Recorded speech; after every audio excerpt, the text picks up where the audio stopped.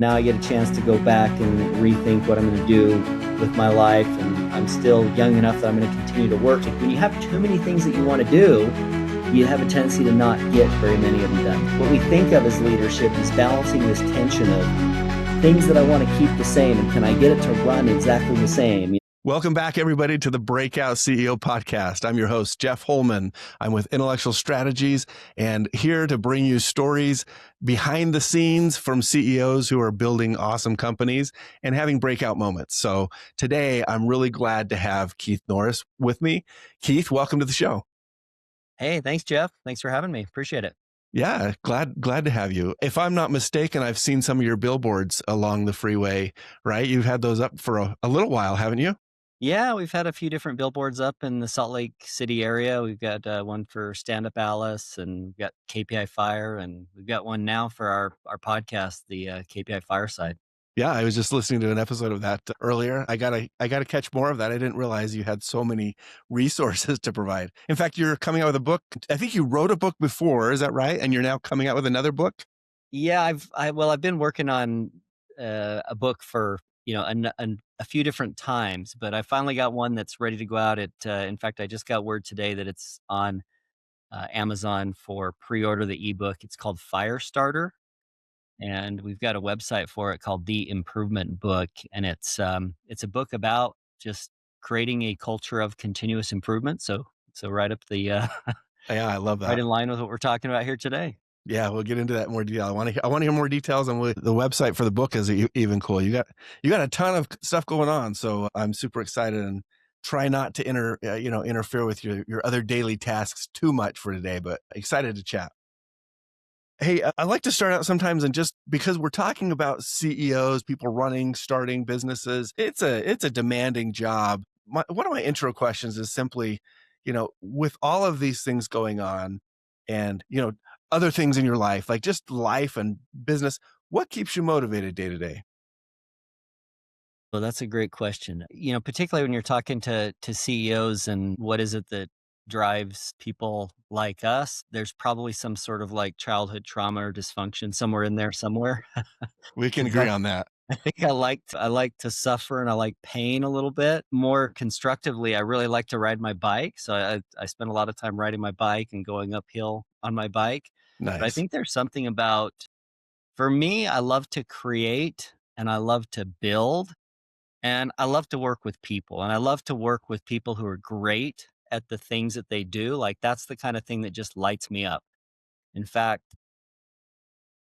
as I've come to know myself better, it's an ongoing journey. There's a couple of things that I have figured out, and for me, good day is, I figure we all want to have a good day, right? So I've come to figure out that a good day for me is a product launch. I love to launch products; those are always fun when you have something new to push out. It's Books, always exciting. podcasts, just whatever. Huh?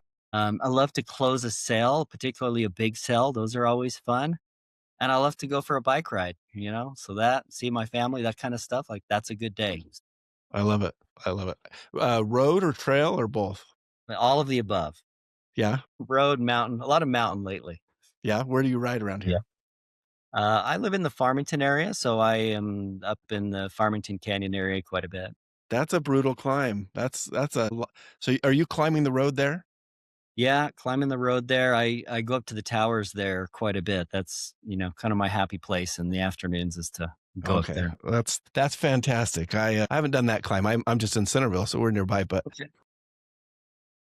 I've had a daughter who was on the mountain biking teams for a while and just fell in love with it. Never thought I'd be a mountain biker before that. I'm a soccer, tennis, and now a mountain biking guy, right? Like that's added into that's who I am now. And it's fantastic. It's awesome. I'm a huge cycling, biking, anything with two wheels is a lot of fun. Yeah, that's very cool. Well, if I were still running, you might see me running up that road once or twice, but haven't been doing that for a couple of years, unfortunately. In fact, that has nothing to do with the show, but you're getting me on a day when my right foot is swollen. I broke it the other day, and it's I got a fifth metatarsal that's got a clean break in it from soccer, and I won't be doing any biking. In fact, I went mountain biking with my daughter Christmas Eve. I'm like, oh, don't do this very often, but now it's a boot for the next few months. Oh no, yeah, that's no fun. Yeah, it was warm on Christmas Eve there. Oh, yeah. Yep, it was fantastic, going up Mueller Park. So well, anyway, I could chat all day about all this other stuff, because I love the aspect of balance in my life and seeing other people who are running businesses and keeping balance. I could chat about that, but we're here to talk about a breakout moment when we'll get to that in a minute. I wanted to ask though, you've said a lot of stuff about culture. In fact, even before the show, you brought it up again, some things about culture. And I think you said that improvement is culture. It's not really a checklist, right? What does that really mean for leaders? So one of my mantras, I guess, has to do with the number one job of a leader. So, Uh-huh. the number one job of a leader is to make things better. Apply that to anything that you want to apply it to. Apply it to your family, apply it to your HOA, apply it to your city, apply it to your company. Like, be a leader, be somebody who is willing to make things better. And when you apply that to the company perspective, what does that mean? What does that look like? A lot of times you hear people talking about culture, and Mhm. I went really deep down this research of what is culture, and the definition for culture that I subscribe to is really simple. It's the way we do things around here. So your Okay. family has a culture, your company has a culture, whatever organization you're part of has a way we do things around here. And the way we do things around here, and in my brain, I like to think of these little mental models. So I have a little three-part mental model that for me defines what culture is. And the first piece of that is what I refer to as the way we think. So if there's certain things that we think that we have a shared mindset on, how do we think about this? How do we think about that? What do we think is important? Now, it's hard to look inside of people's head and figure out what they're thinking, but you can have conversations and say, do we believe this? Do we believe that? What are the things that we agree on? So that Yeah. shared thinking is an important part of culture. And as a leader, it's one of those things that you can ask questions to figure out, what do we believe? Do we have a shared belief about things that are important? The second part of that model is the things that we say, or the way that we communicate. And the idea that communication is more than just the words. Communication is the visual. Communication can be body language. Yeah. One of the hardest things to deal with as a leader is passive aggressive communication, right? How do you correct somebody who didn't say something wrong, but their tone or tonality was like, Wrong. not something that you It want? If was you've got clearly teenagers, wrong, right? you know, passive aggressive communication is one of those things that can be challenging to deal with. But if there's a culture problem, a lot of times what we're communicating, how we're communicating, I mean, the behaviors that people are seeing others observe can be part of that communication. And then the third piece of that communication model is what I would refer to as the rituals or the behaviors. What are the reoccurring patterns of behavior that exist inside of an organization? So one of my favorite questions to get an assessment of the culture of an organization is just to ask somebody, what are the reoccurring meetings in your calendar? Like, if you answer that question with somebody, you can get a pretty good idea of how things work around here, whether there's a lot of meeting, whether there's no meetings. So that's just a simple model that I like to think of whenever, culture comes up. How do we think? What do we say? And what do we do? A nice little model to think about solving any sort of culture related issue, or addressing it. Solving it's not always Yeah. easy, but addressing it. And so as a leader, you're trying to set the tone for that, right? Or you like, how much can you control the culture of your organization as a leader? That's because I've looked at organizations and I'm like, I'm not sure who's in charge here sometimes. And others, you're like, man, these guys are so in charge, but are they really, is everybody else on board? Do you know what I'm saying? Yeah, absolutely. I mean, I think as a leader, I think you've got a responsibility to uh, architect the culture. And again, Hmm. I mean, if you're not connected to what's really going on, you can have this like ideal culture in mind, but um, culture, the culture exists. It just is, whether it is what you think it is or or not, but it is what exists.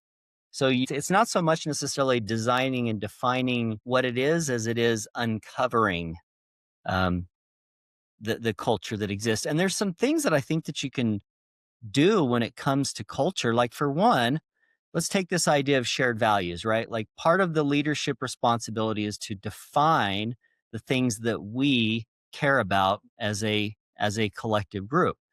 So, that takes the form of things like mission, vision, values. Of course, everybody's going to say leaders should take a role in defining the strategic priorities, communicating things that I'll use the term strategies, Hmm. strategies and values. So, when you're faced with a difficult decision, which of these two things do you prioritize, right? Every business has versions of this. Like at some point, you're going to face a difficult decision. How do you help people prioritize when it's meeting a deadline or meeting a budget? Right. Like Right, right. those are all the tough things that you can't necessarily just tell somebody what to do. You've got to um, help give them a framework for how to think. How do we prioritize A versus B? Those Yeah. kind of things. Especially when people have different roles, right? Like in my context, I see this a lot come up when it's like, hey, the sales team wants to close this deal, but the legal team, where I'm often sitting, is trying to make it so the deal doesn't hurt the business, right? Yeah. Like Yeah. the deal terms actually work with what we think are acceptable risks and that.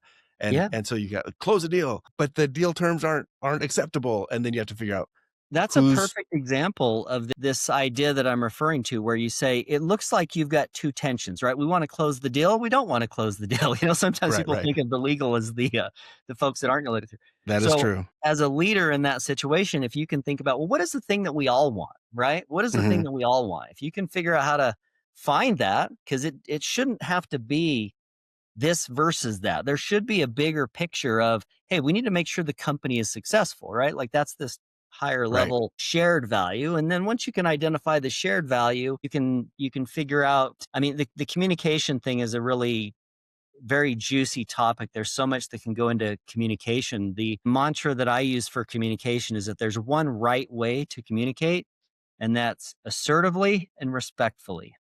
Okay. And so on like a 2 by 2 matrix, assertively and respectfully, because when you get into, a lot of problems that you see in leadership have to do with some version of disrespectful communication.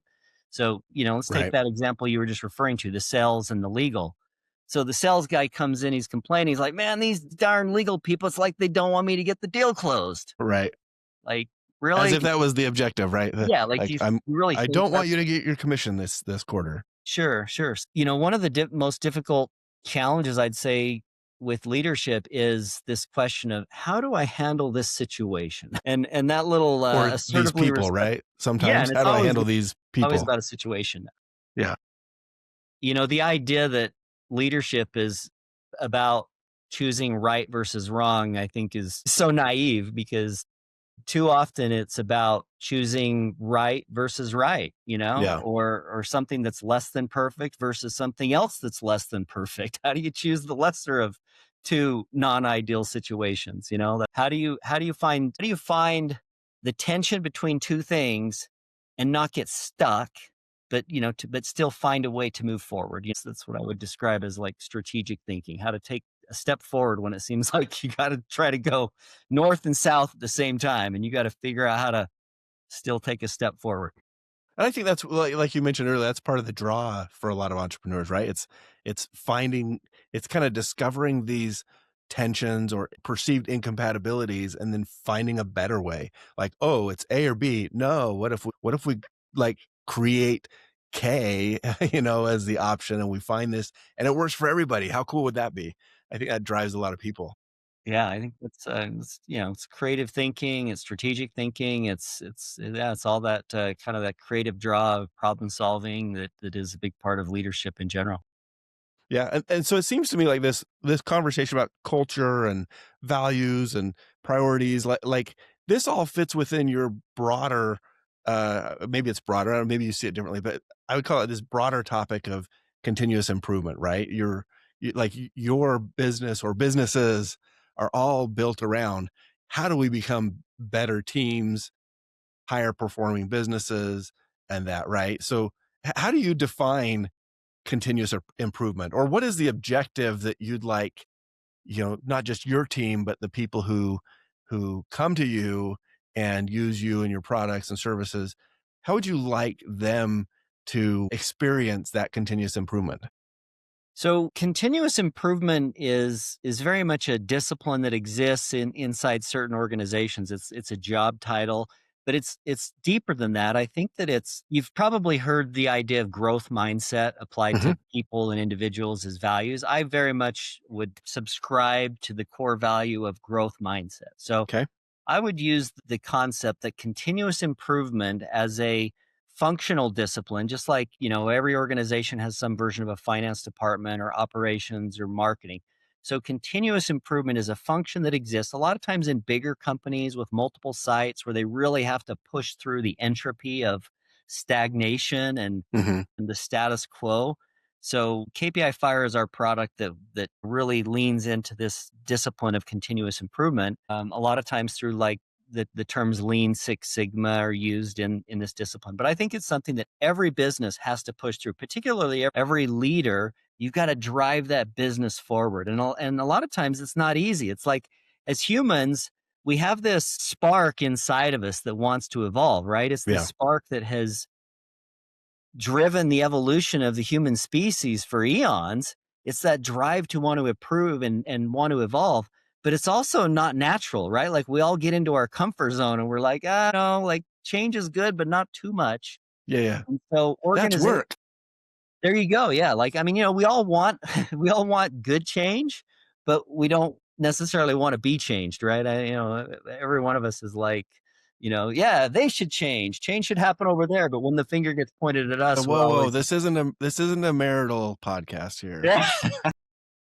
Well, you mentioned before something about the difference between leaders and managers. I think before where we started recording, is there maybe a concept where leaders and managers approach change and culture and improvement differently? Is that one of the distinctions, or? Yeah, so I have a simple mental model for this idea of leader versus manager. Of course, a lot of us are managers and leaders at the same time, but I kind of think of them as two different hats, right? The leader's job is to make things better. And to make things better, it means that there's got to be a change, right? And Yeah, preferably a good change. Whereas the hat of a manager, the job of a manager, if you think of it as to manage, it's like, hey, here's this thing that works well, and I want to hand it to somebody else. And I just want you to run it exactly the way that it's been running forever. Like, just run it exactly like I do. If you're hiring an EA who's going to work, somewhere remotely, you're just like, look, if you could just do this thing in this way, we'll be yeah. good. So, a lot of what we think of as leadership is balancing this tension of things that I want to keep the same and can I get it to run exactly the same? If you're going to franchise some business, right? You have it working in one site and you want to have 500 of them. You want it to run exactly this way every single time versus the tension of making improvements, making things better. So more of an operational efficiency mode for managers. Hey, do this, make it better, but don't change it to the point where the fundamentals change, right? Yeah, and it's kind of an interesting paradox, I guess you'd say, in that to make things better, you have to change. And sometimes when you make a change, you don't necessarily know if it's an experiment that you're doing, if that change is going to be for the better or for Yeah. the worse. So it's kind of an Because they interesting. all are, they're all experiments, aren't they? Every little change, you're like, "Whoa, that didn't work," or that worked better than I thought. How does KPI Fire fit into this? Like, what? Give us some context about what KPI Fire is and how it helps facilitate some of these conversations. Yeah, sure. So KPI Fire is a product that we sell primarily to large enterprises with multiple sites or locations or facilities who are really leaning into this continuous improvement discipline. There's really three primary areas of the application. We would say aligning strategy, so clarifying that strategic intent, what is really important, an important part of, let's say, executive leadership. And then the KPI part of KPI Fire is the numbers, the metrics, knowing which metrics you're gonna measure against to make improvements. Yeah, So again, I mean, whether it's your running and your fitness and how long it takes you to run a mile, or whether it's the yield that you have on a mining facility, or how many units per day you produce in a manufacturing environment, we all have these metrics that we use to measure our performance. And then at its core, it's a basically project management and idea funnel software. So individuals closest to the work can suggest ideas for improvement. And then hopefully, if you get this continuous improvement culture right, you get people who are noticing these ideas for improvement to help drive that improvement forward. So we would say engage employees in a structured problem solving approach, because you don't necessarily want to just start changing things. You want to have Yeah. a structured problem solving approach so that you can do an experiment, you can evaluate the success of that experiment, and if that experiment works, then you go ahead and scale that and run that across the business, as opposed to just making change for the sake of change. Yeah, nail it, validate it, right? You got to get the validation in there before you scale it. So that's really interesting when you say an idea funnel. I think I've worked with a lot of inventors over the years, innovators building new brands, platforms, products, stuff like that. So they need patents, they need to protect their brand with trademarks, and they're creating trade secrets and stuff like that. And I've ideated myself around how do we get a tool, and maybe this is the tool. How do we find a tool where people who are innovating or proposing change in some fashion can really do that in a way that also has a legal layer to it, because I haven't seen a tool that does that well. I'll have to check out your tool, and maybe Yeah. that's the one that will do it. Well, and this is particularly, KPI Fire typically sells to larger organizations. In small companies, it seems like, somebody has an idea, somebody just does it. Sure, sure. In a big company, I tend to think of things at like three levels of approvals, right? Like you have this level where, I don't know, like you as an individual, if you want to reorganize your desk or something, it's probably yours. You just do what you want. You don't have to ask anybody's permission for that. Right. If you're working on a team and you've got a team that you're working with, you want to change some process, you at least got to get your team involved with that. But let's say it doesn't cost any more money or doesn't need any more resources. You just got to get some people to restructure.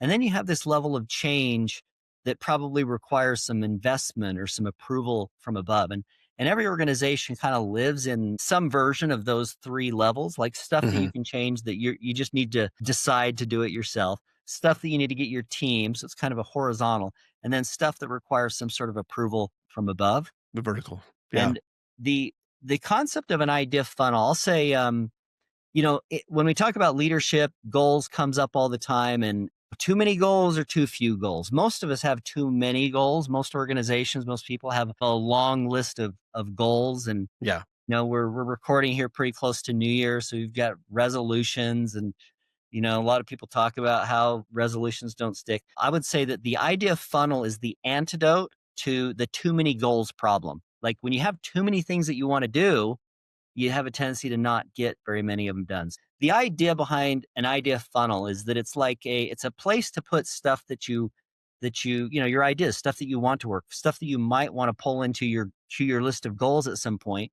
but you store them there in a parking lot, might be another word to use, and then you evaluate those on effort versus impact so that you can choose stuff to move into like the execution phase where you're actually going to get these things done with a higher probability of success of a fewer number of items. Yeah. That's interesting. I think there's some concepts in the EOS system and traction and stuff that talk about having these holding areas and putting it into the into the right place in the funnel at the right time. It also reminds me you said effort versus impact. It reminds me when I had two young kids many years ago. In fact, it's probably 20 plus years ago. I had moved to Silicon Valley, and we moved there around the same time as another young family. And I remember Nathan, the dad, saying, "Yeah, I've got this theory about how to entertain my kids. It's all based on how much effort does it take me relative to the amount of enjoyment my kids get." And he's like, "You see, Jeff, this swing, when I push them on a swing, that's not a whole lot of effort, but they love it. And so it's this high ratio of impact to effort." And I thought he was in finance. And I thought, despite my engineering background, I'd never stopped to create a model around how to entertain my kids most efficiently. That's a pretty good model, effort versus impact. Like the pushing on the swing, that's a great one. Yeah, it honestly, it's made me stop a few times in the last 20 years. I'm like, huh, how would Nathan do this? So Well, what's funny about that? What we call the idea funnel. I've been a student of a lot of productivity methodologies, going back to the Franklin Covey methodology, uh, the daily task list versus the master task list. The master task list being the long list of tasks, and yeah, the daily task being the things that you pull into today. David Allen, another productivity guru, would have what does he call it? The inbox, the place to put stuff, and then the Hmm. someday maybe list, kind of the long list. Yeah. A lot of folks are familiar in software, particularly with things like the agile methodology, the backlog. The backlog's like the long list of stuff where you've Yeah. got the current sprint. So there's a lot of different ways that methodology has been turned into different methodologies. We use the term idea funnel or project hopper to be a list of the staging area where things can, um, because when you're talking employee engagement, when you start asking people for their ideas and they start sharing them. If you don't do something with them, then they're like, well, I'm not going to share any more ideas because you Right. didn't do anything with it. But the idea funnel lets that idea live there and let it get some feedback. And you can kind of see, well, this is a good one, but it's got these other four things that are ahead of it in the schedule. So it's not that we're not doing it, we're not listening to it. It's just that we're picking things from, skimming the cream off the top, you might say, or Yeah. picking the things that are going to be a high impact, lower effort first. That makes sense. It's not forgotten. It's there. We've put it somewhere. We've done something with it, even though it's not the top priority right now. Well, Yeah. I want to switch gears just a little bit if we can, because as you've been building the business, writing your books and all of this stuff, I'm sure there's been a time or two in your journey where you've, been on that path, you've been grinding along or whatever you want to call it, and maybe run into some obstacles or felt like you were plateaued. And then usually what happens for businesses that still exist after those moments, they've had that breakthrough moment, right? They've been like, wait a second, why have I been doing it this way? What if I shift it and do that? Or, the happenstance conversation with somebody who says something that sparks a new idea or a new insight. You're like, I should do that. Have you had some of those along the way? Yeah, as you brought that question up, there's probably two things that come to mind, and maybe on two extreme ends of the spectrum. Hmm. I think, like, I would assume probably like a lot of folks that have spent more than a few years pursuing something that they're passionate about. There's always a breakthrough moment that comes at the end of the plank or the end of the cliff or the the edge of the Yes, cliff. shortly before you're going to sell the company or shut it down, right? Yeah, yeah, you have these decisions.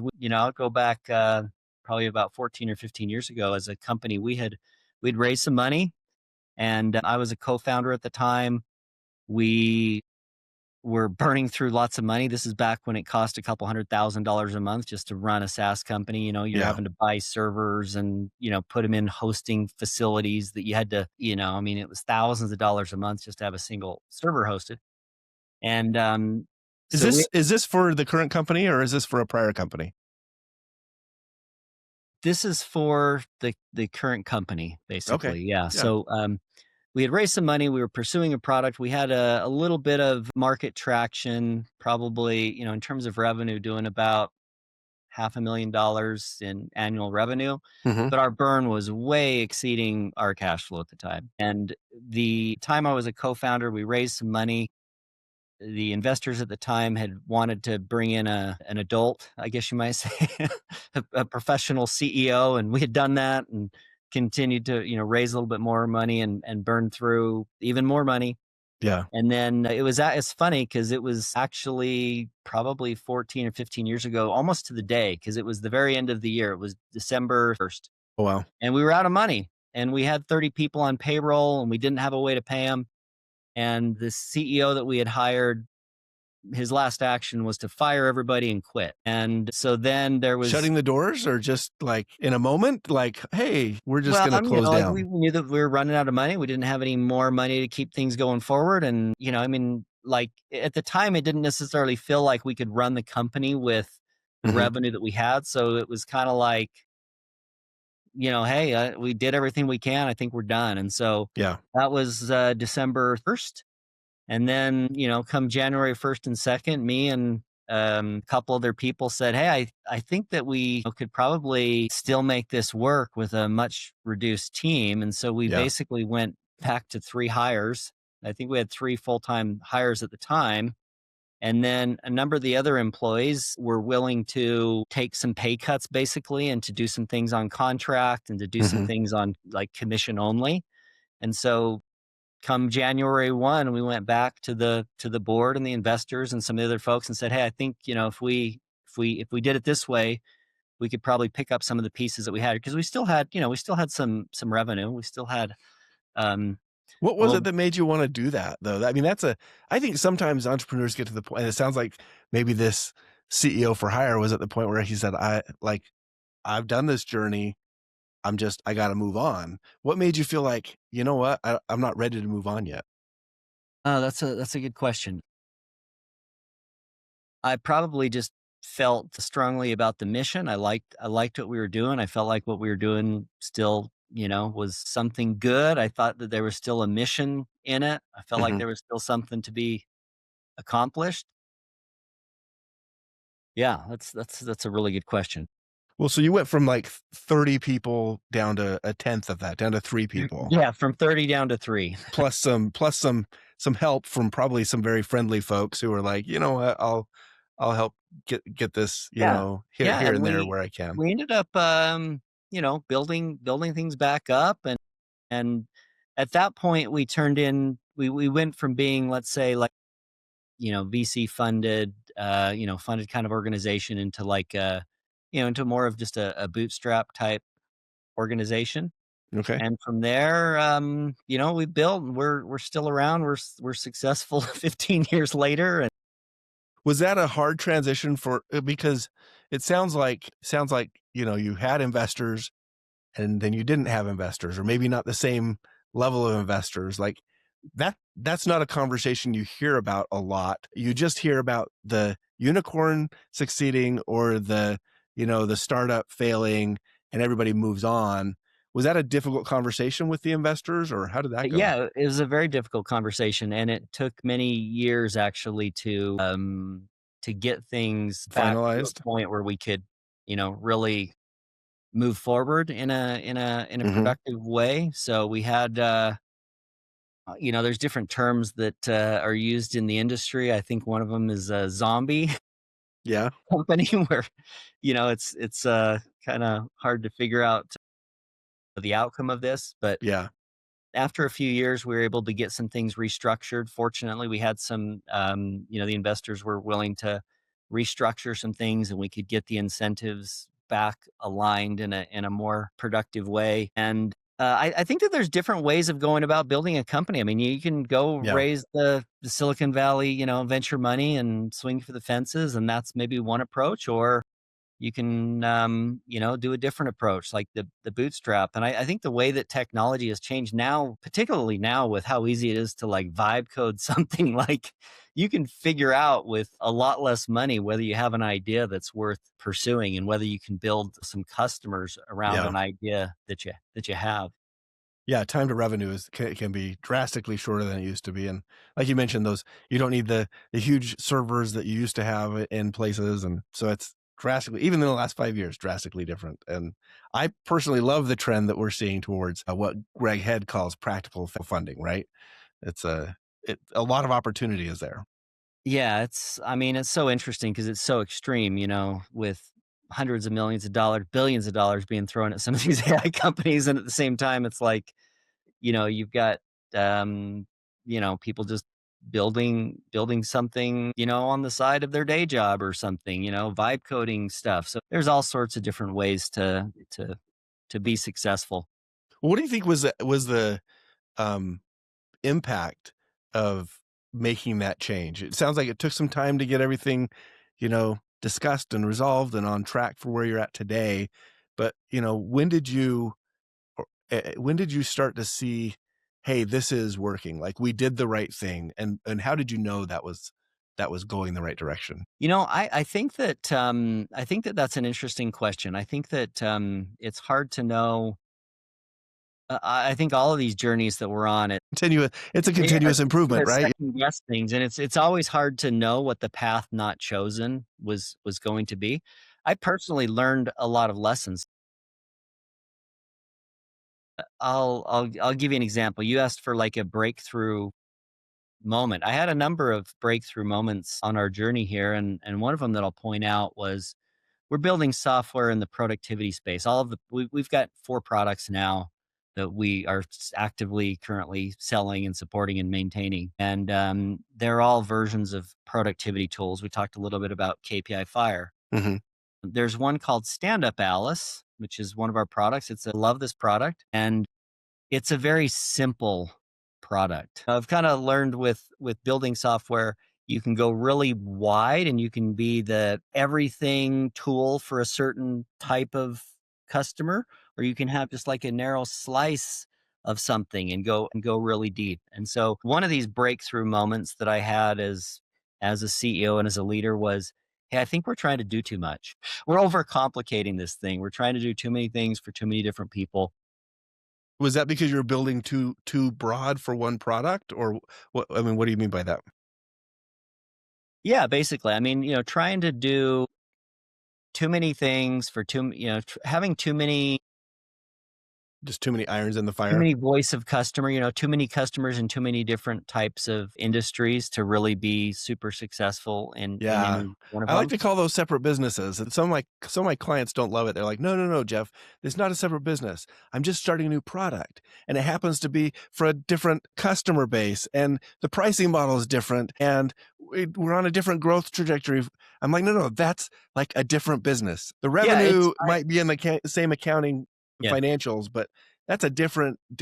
Yeah, I agree with you. And from that perspective, we basically have four different businesses running internally, and we basically run them as separate businesses. We have some shared functions that Mhm. that serve all of the businesses, like our finance. It's easy to, Sure.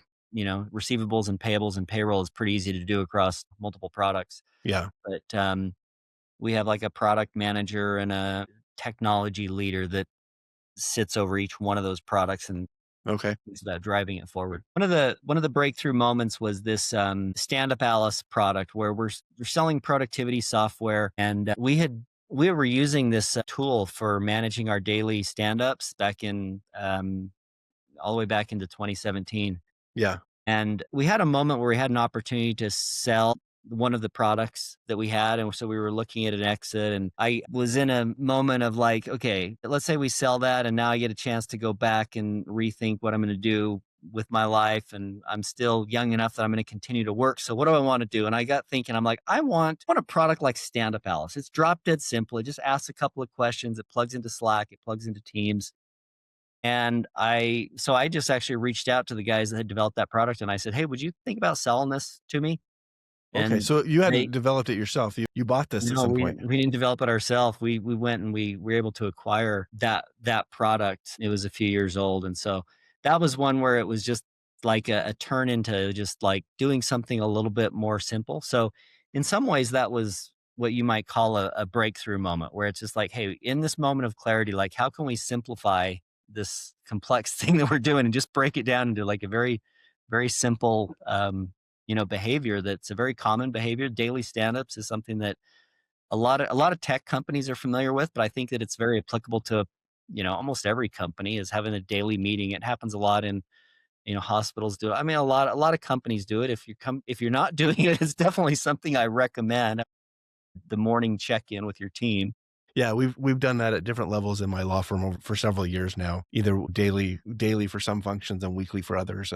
I wouldn't run a business, let alone a law firm or any business differently without doing that. It's kind of magical. So how'd that translate into a breakthrough for you guys? Just the simplification of it, or Well, it was really just a moment of clarity. Like we had an opportunity to sell one of the products, and I was faced with this moment of, okay, I'm gonna have some of this like time back in my schedule. What am yeah, I gonna do with myself? And so it was this moment of clarity where I had a chance to make a decision based on the benefit of hindsight and all the mistakes that I had made, and to intentionally say, all right, this is how I want to benefit from all of those mistakes yeah. that I've made in the past by making a good decision at this point.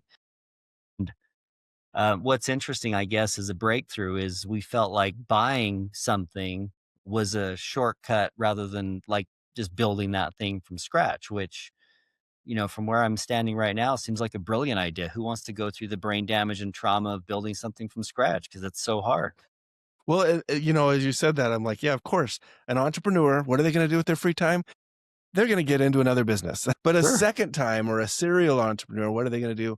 They're going to find the business that aligns with where they want to go, one where they can bring their skills to it, they can leverage it, one where they know, because this show is about kind of seeing around the corners that maybe some of our audience hasn't been around before, but you've been around that, and now you're like, okay, this is the type of business that I want to have for these reasons.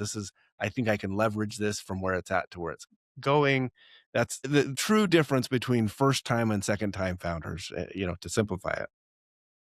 Yeah, and I don't know how many times founder I am technically with the different products that we're starting, because every day still feels like, like it still feels like the first day in some ways, like there you always feel like there's something more to do, I For think. sure.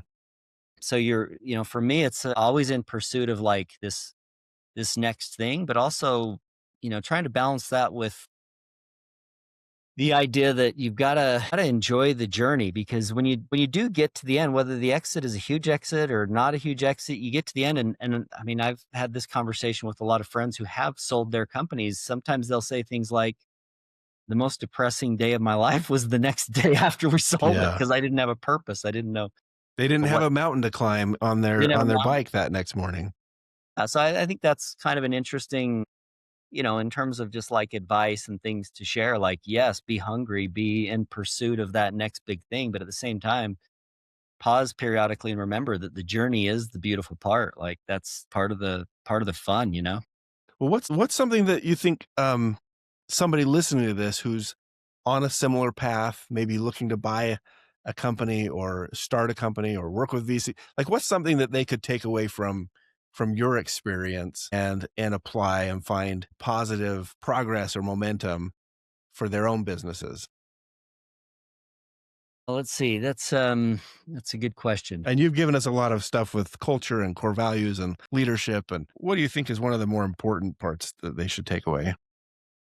I mean, if I think about things that define me and my journey, one of them that comes to mind is just, resilience.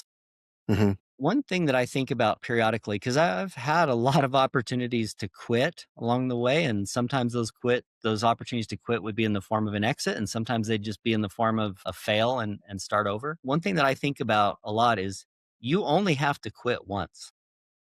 What Like do you mean by that? if you decide to quit, you're done. Like you're on, well, whatever, you're on to the next thing, right? But you have to decide to keep going every freaking day. You gotta decide to keep going every freaking day, and so I guess I'd say from a resilience perspective, prepare yourself to keep going, because it is gonna be hard. Every day is gonna feel hard. That's just what it's gonna feel like. What So, do you use to get through that then? Because, any CEO or founder who's listening to that goes, yeah, every day, this morning, this afternoon, even, twice today, I've had to tell myself yeah. I'm not going to quit. What do you have a tools or, So my tool, I've already mentioned a little bit. One of my tools is my bicycle. Like my therapy is getting out and being physically fit and physically active. To me, that's one of the things that's and as near and dear to me as anything is just like get your body moving to get out of your head, you might say, like. And I think that there's a strong parallel to a strong body and a strong mind, like the same mindset that you have to keep turning your pedals over when you're going up a hill is very similar to the resilience and mental toughness that you need to have when you're like, maybe I should just go try something different. Maybe I should quit. Maybe yeah. I should, stop. So I think that's Well, for those that don't bike, I know when I was running more intently, by mile 6 or 8, my problems looked different. They weren't so drastic. They were manageable or even forgettable sometimes. I'm like, well, that'll be there when I get back. I got, X miles to go. I'm just going to keep running and the problem the solution will probably present itself in the meantime. yeah. I'll tell you, if you don't have your health, every other problem in the world seems tiny. It's like yeah. Yes, I know that. And I have a lot of health I'm thankful for, but this broken foot thing is going to test my patience. So So we'll, you asked a little bit about breakthrough moments, and one other one that yeah. came to mind for me was back in 2017. I was sitting in a I think it was a Vistage event, and Cameron Okay. Harold, who's a And Vistage is a paid kind of peer CEO group, right? yeah, peer Okay. CEO networking consulting type group. It was a conference that they were doing. They had a speaker. His name was Cameron Harold. He was the former COO of 1-800 Got Junk, and he was given a keynote. And he was explaining how they built this great culture at 1-800 Got Junk. And the epiphany that I had was like, if you can have any, I had these pictures of like this great culture and these parties and the fun things they're having. He's like, and the breakthrough that I had was, man, if you can build a great company where people love coming to work and your job is picking up trash, like you can do that anywhere. Yeah. So the epiphany for me was it doesn't, I mean, I'll take pride in choosing like software as a service or B2B SaaS as like a smart decision to, choose a market and stuff. At the same time, like you can be successful doing a lot of different things. It matters. I mean, it matters, of course, what market you choose. If you're getting into machine learning and AI, that's probably a good choice. There's probably some other careers that are less good, but how you do what you do is so much more important than any of these other things. And so, in terms of advice, like you really have to enjoy the process of what you're doing, and that, I mean, some people will say like follow your passion and whatnot. Like my passion is bikes. That doesn't necessarily mean I want to go open a bike shop. Like, Right, right. Our local bike shop just moved, didn't they? The one in yeah. Bountiful. Well, how did you take that message, that insight, and apply it to your company? So for me, the idea was, hey, if you can build a great company where people really enjoy what they're doing, picking up trash, there's got to be a way to do that building software, which is, great, helping people, does a lot of good. So it was really just kind of an unlock for me that there's got to be a way to figure out this puzzle. There's got to be a way to build a company where it meets the financial needs of the investors and the Mhm. employees. It is a great place to work. People really enjoy coming to work there and they like what they do. It serves the needs of the customers. I think that to build a business, you've got to be a little bit competitive and you've got to want to have like the best solution, whether you're, Right. I mean, whatever you're doing, everybody's got competitors somewhere. You've got to have a little bit of a competitive drive to want to, hey, me and my team or me and my friends are going to beat you and your friends at whatever it is that we're doing here. And I think that the benefit of doing something that's good for the world that helps people out is always a bonus too. So I think if you get those kind of four areas right, you can have a lot of fun in building a business.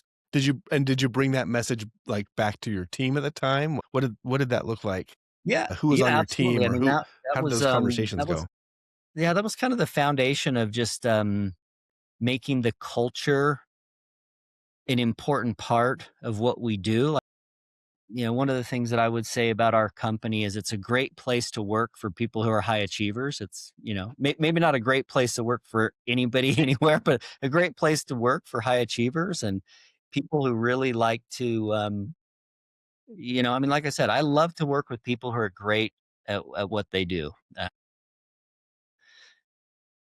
Yeah. And I think that means aligned, right? It kind of gets back to priorities and the importance of communication. High achievers, like a lot of people do really good stuff, but to be a high achieving company, you've got to have high achievers who are also communicating well with each other. They're in alignment on their priorities. They know how to resolve the tensions, right? Like there's a lot more to it than just, a whole bunch of so-called A players, maybe, right? Yeah. The whole conversation of A, B, C, D, E, F, G, whatever players is always an interesting one. Again, one of my favorite mantras is this assertive, respectful communication. Mhm. Sarcasm is great for comedy. It is not so great for leadership. Yeah. Like you want to be clear about what your intent is. And one of my pet peeves, I guess, is sarcasm in leadership. Yeah. Have you read the book, Unreasonable Hospitality?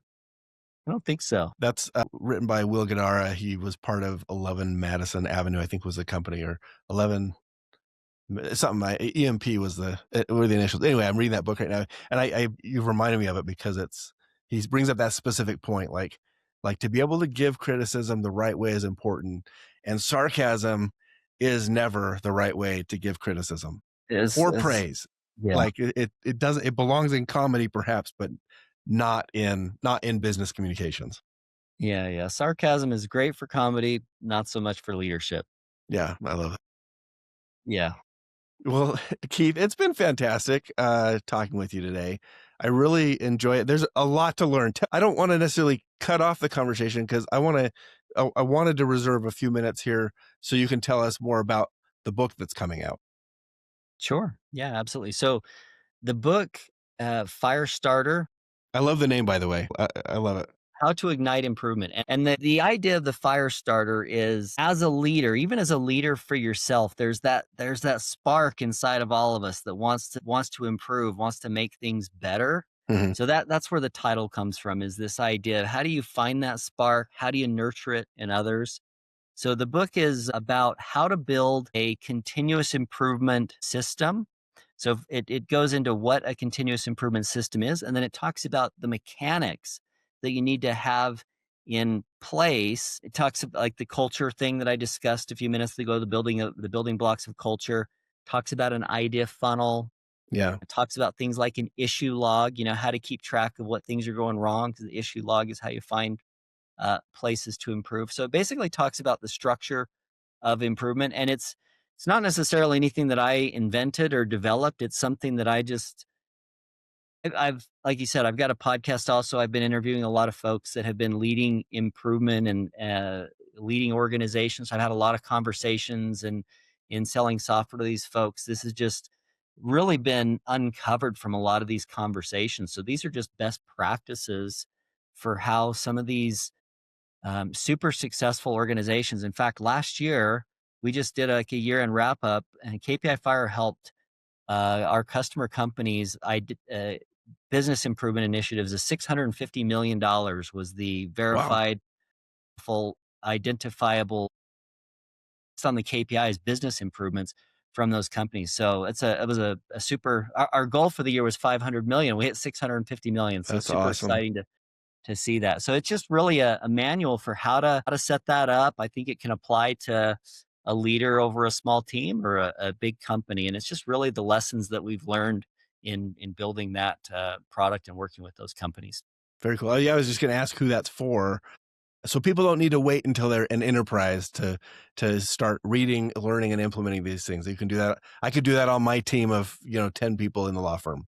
Yeah, I mean the ideas presented in there are very applicable to anybody who's a leader and even anybody who's an individual contributor. There's good stuff in there about just how to get things done, because every one of us wants to make something better, even if it's just to like fix the way that the the process works that you're a part of. How do you get in and have the tools to make things better?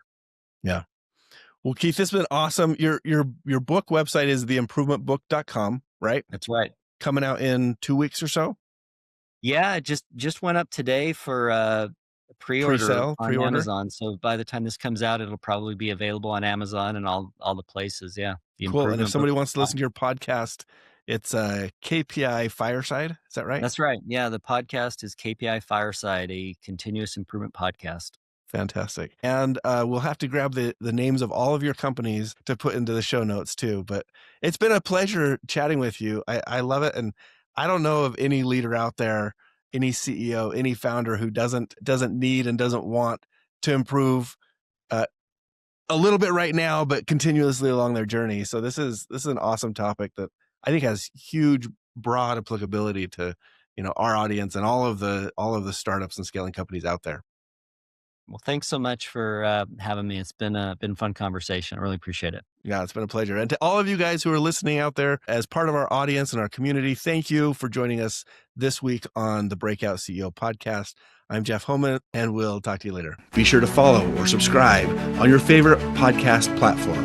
And if you enjoy the show, a rating or a review goes a long way.